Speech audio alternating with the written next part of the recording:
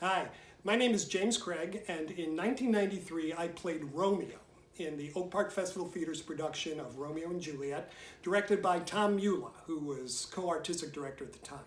It was a fantastic production. I made lifelong friends, and it was a dream come true because I grew up out in River Forest watching the Festival Theater. I saw an early Midsummer Night's Dream, I saw The Tempest the next year, and I was in the audience on closing night of Hamlet, the one that got rained out and they had to move the show across the street to the parking garage to finish it. I loved it. Shakespeare has been a huge part of my life, and it always makes me a little crazy when people tell me that Shakespeare is boring.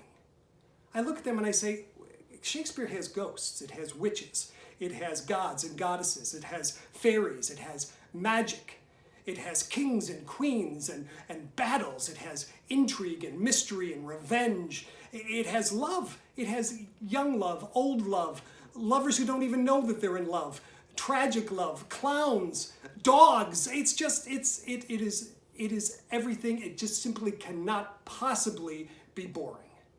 I mean, somebody gets chased off stage by a bear, for God's sake.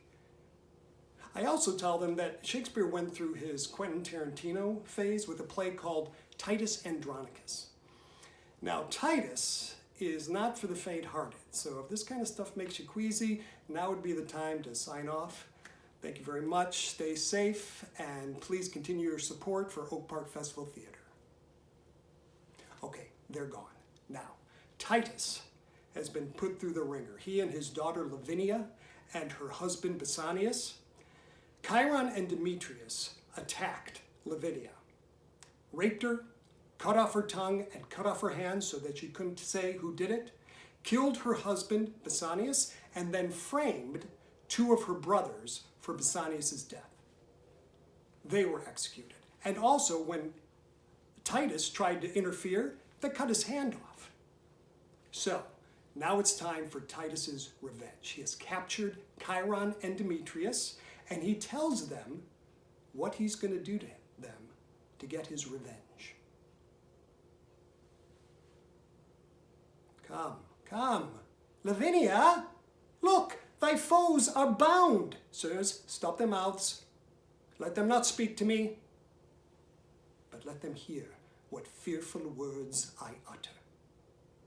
Oh, villains, Chiron and Demetrius. Here stands the spring, whom you have stained with mud, this goodly summer with your winter mixed. You killed her husband, and for that vile fault, two of her brothers were put to death, my hand cut off, and made a merry jest. Both her sweet hands, her tongue, and that more dear than hands or tongue, her spotless chastity, inhuman traitors, you constrained and forced. What would you say if I should let you speak? Villains! For shame you could not beg for grace.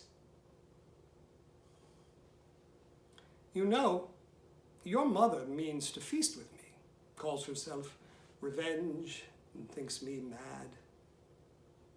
Hark, villains.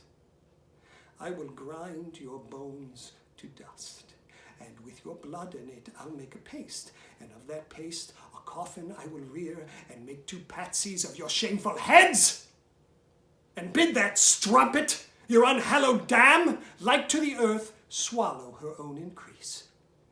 This is the feast that I have bid her to. For worse than Philomel, you used my daughter, and worse than Progone, I will be revenged. Boring, my foot.